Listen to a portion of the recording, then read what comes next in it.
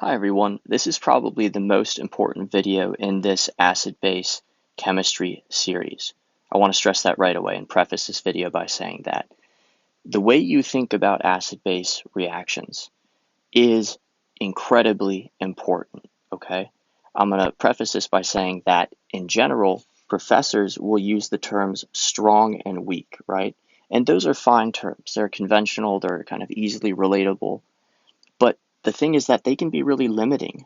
And although these terms are canon in organic chemistry used so frequently, they are ultimately not as easy to use in problem solving. Okay, we are going to think more about stability, energetics.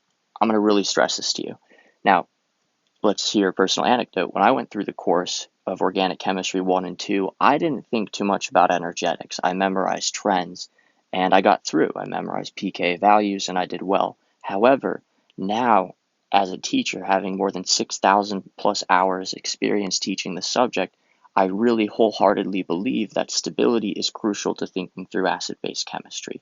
And I guarantee you, your professor thinks about stability when they do acid-base, okay?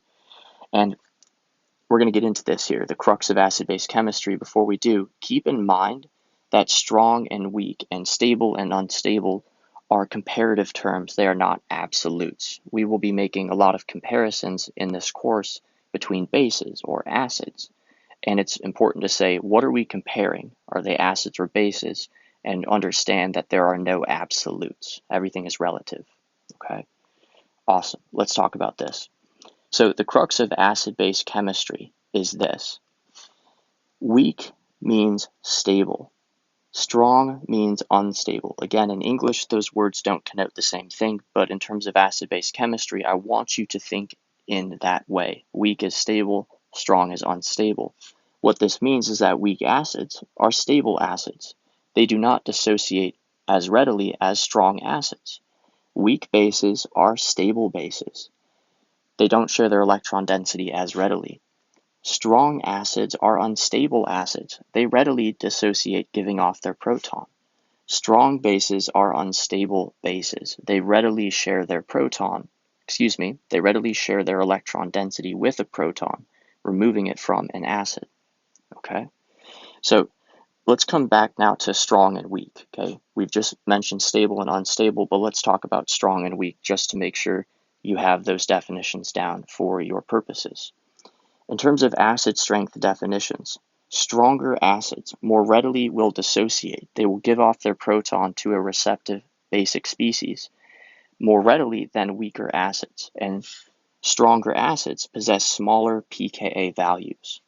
Weaker acids will less readily dissociate compared to strong acids. Weaker acids possess larger pKa values. All right. Let's now talk about base definitions. Stronger bases will more readily share their electron density with an acidic proton, an acidic hydrogen, compared to weaker bases. Okay? They more readily will share their density and then also will hold on to the proton once they have made that bond to the proton. Weaker bases will less readily share their electron density with an acidic hydrogen, a proton, compared to strong bases. So weaker bases might bond to a proton, but then they will readily give it off, okay? And this is really important. So the crux here is that we could say if you had a strong acid, its conjugate species, its conjugate base, would be a weak conjugate base, all right? If we had a weak acid, it would have a strong conjugate base species. So these are the conjugate species on the right. Now, here's how I personally think about this. A strong acid is unstable. It readily gives off its proton. Why? Because it forms a weak, stable conjugate base. It can accommodate that extra electron density well, thus the acid is permitted to lose the proton. A weaker acid is more stable as an acid. It does not readily as dissociate. Why? Because when the weak acid gives off its proton, it becomes a strong, unstable conjugate base, and that strong base would readily grab back the proton and become the weak acid again, the stable acid, okay? I really, really want to stress that, all right? So let's come back up and look at this example. We have an acid-base reaction between a carboxylate and ammonium. When we do this acid-base reaction, we create these conjugate species. Just by looking at the pK values, we can make a statement about the relative acidity of these two acids, right? Higher pKa means weaker acid. Lower pKa means stronger acid. Well, if this is the stronger acid, it is more unstable than this acid. It will more readily dissociate, giving off its proton. So this acid-base reaction, therefore, is more favorable than this acid-base reaction. This is the stronger acid. This is the weaker acid. This is the more stable acid. This is the less stable acid. Now, I really, really understand that there's this weird conversal back and forth thinking that needs to take place in organic chemistry for acid-base specifically, right?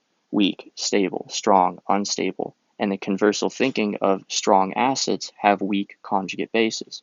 Weak acids have strong conjugate bases. There's a conversal back and forth thinking required. Now, I can't stress this enough. Really ask yourself, when you're making a comparison, are you talking about the acids? Are you talking about the bases? And then what does that mean for applying the conversal thinking? If we're looking at two bases, well, the weaker base has the stronger conjugate acid. If we're looking at two acids and we identify the weaker acid, well, the weaker acid has the stronger conjugate base. There is a conversal thinking required. And I cannot stress this enough, people. Thinking about stability will ultimately allow you to get more acid-based questions right, and you'll be able to adapt to more nuanced examples. If you think just in terms of strong and weak, you will get more questions wrong. That is an ultimate guarantee. And I hate to say that, but it is an ultimate guarantee. I've seen it over the years, and it breaks my heart, which is why I talk about stability. Think about stability, translate that to strong and weak, and use then your conversal thinking to ultimately make a statement about acid or base strength.